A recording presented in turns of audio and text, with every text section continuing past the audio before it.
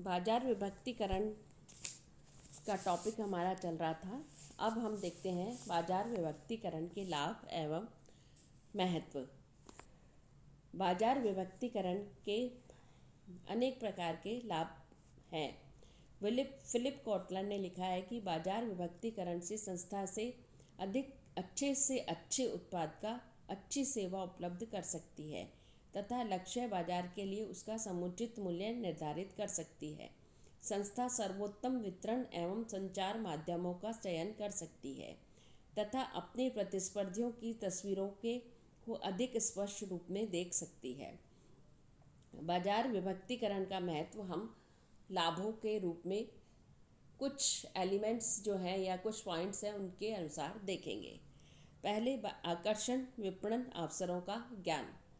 बाजार विभक्तिकरण में संपूर्ण बाजार के विभिन्न खंडों के ग्राहक समूहों की जानकारी प्राप्त हो जाती है। इन सभी बाजार खंडों के ग्राहकों को तुलनात्मक अध्ययन करके उनके विपणनकर्ता कुछ ऐसे आकर्षण विपणन अवसरों को ज्ञात कर सकता है जिसमें वह अपने उत्पादों और सेवाओं की प्रभावी ढंग से वितरण कर सकता है। सेकंड इसमें आता है लक्ष्य बाजार के चयन में सुविधा। बाजार विभक्तिकरण में न केवल संपूर्ण बाजार में उपलब्ध आकर्षक बाजार खंडों की जानकारी हो पाती है बल्कि विपणनकर्ता को अपने लक्ष्य बाजार के चयन में भी सुविधा होती है।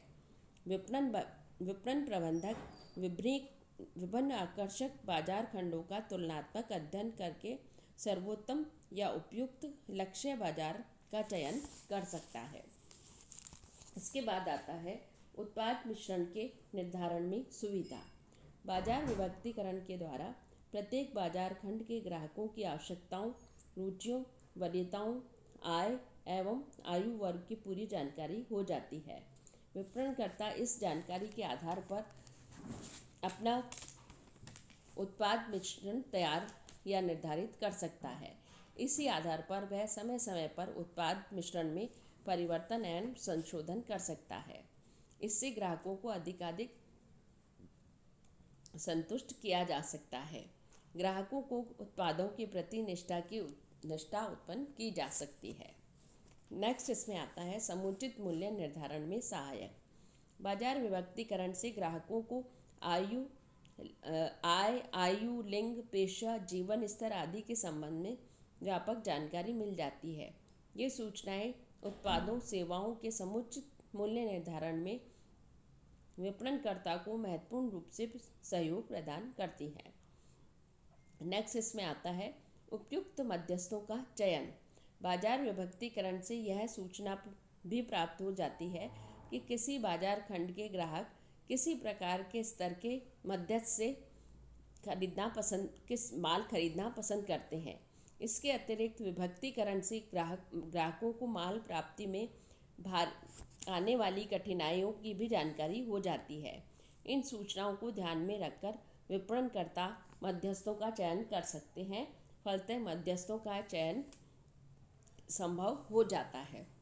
नेक्स्ट है संवर्धनात्मक प्रयासों की प्रभावशीलता में अभिवृद्धि।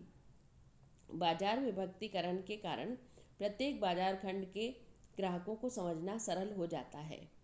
विज्ञापन एवं विक्रय संवर्धन कार्यक्रम को उनके स्तर के अनुरूप तैयार किया जा सकता है।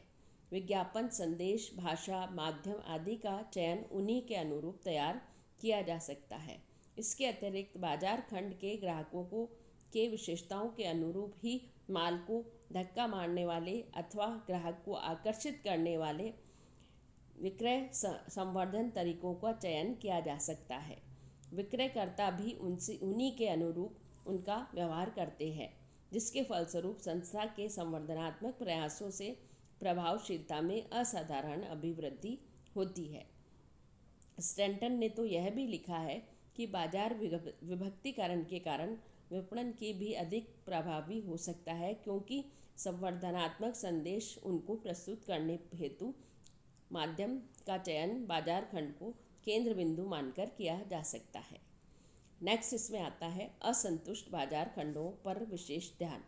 बाजार विभक्तिकरण में विपणनकर्ता उन बाजार खंडों का भी पता कर लेता है जिसमें ग्राहक संतुष्ट है या अपेक्षाकृत कम संतुष्ट है।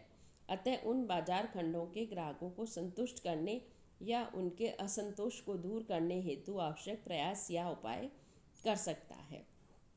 नेक्स्ट इसमें आता है विपणन प्रयासों का कुशलतम उपयोग संभव। बाजार विभक्तिकरण संस्था के विपणन प्रयासों का कुशलतम उपयोग करने में भी योगदान देता है। यह सभी जानते हैं कि सामान्यतः सभी संस्थाएं संपूर्ण बाजार के सभी ग्राहकों तक नहीं पहुंच पाती है। ऐसा करके विपणन प्रयासों की सीमाओं के कारण होता है। किंतु कोई भी संस्था एक सीमित बाजार खंड या कुछ खंडों का चयन करके अपने विपणन प्रयासों को वहां तक केंद्रित कर सकती है।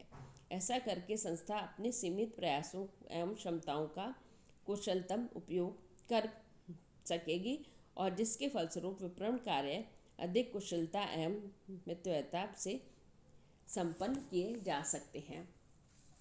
नेक्स्ट इसमें आता है विपणन संसाधनों का प्रभावी उपयोग। बाजार विभक्तिकरण संस्था के विभिन्न संसाधनों के प्रभावी उपयोग में योगदान देता है। विपणनकर्ता उन बाजार खंडों के लिए अधिक संसाधन आवंटित कर सकता है जिनमें उसे अधिक सफलता की आशा हो। जिन बाजार खंडों में संस्था के उत्पादों सेवाओं के मांग उत्पन्न करना संभव और कठिन हो, उन खंडों से साधनों को कम किया या हटाया जा सकता है। इसके अतिरिक्त वह अपने विपणन कार्यक्रम का बाजार खंडों की आवश्यकता के अनुरूप तैयार कर सकता है, जिससे संस्था के संसाधनों का अनुकूलतम उपयोग संभव होता है। नेक्स्ट है प्रतिस्पर्धा पर विजय। बाजार विभक्तिकरण प्रतिस्पर्धा के एवरेस्ट पर विजय दिला सकता है। विभक्तिकरण से प्राप्त सूचनाओं के आधार पर प्रत्येक बाजार खंड के ग्राहकों के साथ साथ प्रतिस्पर्धा उत्पादों एवं उनके विपणनकर्ताओं के बारे में भी जानकारी मिल जाती है। प्रतिस्पर्धी उत्पादों एवं विपणनकर्ताओं की शक्तियों में एवं कमजोरियों की पर्याप्त जानकारी मिल जाती है। फलतः विपणनकर्ता उनके व्यूह रचना बनाकर प्रतिस्पर्धा पर विजय प्राप्त कर सकता है। इतना ही नहीं, विभक्तिकरण प्राप्त सूचनाओं के आधार पर ग्राहकों के विभिन्न व्यूह रचना तैयार करके प्रतिस्पर्धा विजय प्राप्त की जा सकती है। इसीलिए कई विद्वान तो यह तक भी कहते हैं कि बाजार विभक्तिकरण प्रतिस्पर्धा में विजय प्राप्त करने के लिए प्रमुख तत्व है या अस्त्र है। इसके बाद आता है प्रभावकारी विपणन कार्यक्रम में सहायता। प्रभावी विपणन कार्यक्रम में प्रथम आवश्यकता है ग्राहकों के संबंध में पर्याप्त जानकारी। विद्यमान एवं भावी ग्राहकों के संबंध में जानकारी प्राप्त करके प्रभावी विपणन कार्यक्रम की रचना की जा सकती है। बाजार विभक्तिकरण करके प्रत्येक बाजार खंड के संबंध में व्यापक जानकारी प्राप्त की जा सकती है। उनके वर्तमान आवश्यकताओं की इच्छाओं से ही नहीं अपितु उसकी भावी प्रवृत्तियों की भी जानकारी प्राप्त कर सकते हैं। इसलिए स्पष्ट है कि प्रभावी विपणन कार्यक्रम के निर्माण हेतु बाजार विभक्तिकरण करना परम आवश्यक है। इसके बाद नेक्स्ट पॉइंट आता है आधुनिक युग की मांग एवं प्रवृत्ति। बाजार विभक्तिकरण आधुनिक युग की मांग एवं प्रवृत्ति बन चुका है। छोटी एवं बड़ी संस्थाएं बाजार विभक्तिकरण के आधार पर खंडीकृत विपणन अपना रही है। इसका प्रमुख कारण यह है कि सभी संस्थाएं यह मानती हैं कि संपूर्ण बाजार के सभी ग्राहकों के अपेक्षा एक या कुछ बाजार खंडों के ग्राहकों के लिए उत्पाद एवं विपणन कार्यक्रम अधिक प्रभावी रूप से तैयार किए जा सकते हैं।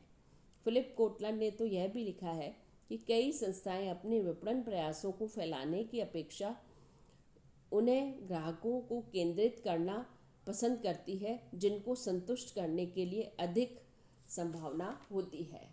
स्टैंटन ने भी इसके बारे में यह लिखा है कि अमेरिका में विशाल संसाधनों वाली बड़ी कंपनियां या संस्थाएं संपूर्ण बाजार के सभी ग्राहकों के विपणन कार्य करती थीं।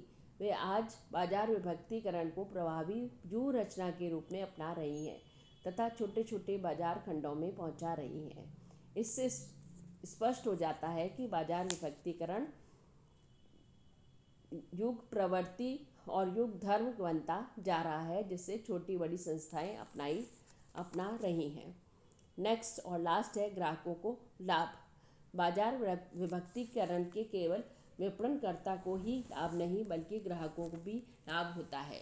विभक्तीकरण के द्वारा विपणनकर्ता अपने लक्ष्य बाजार के ग्राहकों के आवश्यकताओं को भली प्रकार से समझ सकता है और उन्हें समझ सकता है तथा उन्हें अधिक तरीके से संतुष्ट करने के उपाय कर सकता है। इससे ग्राहकों को दीर्घकालीन लाभ यह होता है कि विपणनकर्ता पर उचित मूल्य पर अपनी आवश्यकताओं की संतुष्टि के लिए सदैव भरोसा दिला सकते हैं और इससे उन्हें अपने धन के बदले पूर्ण उपयोगिता का संतुष्टि प्राप्त होती है।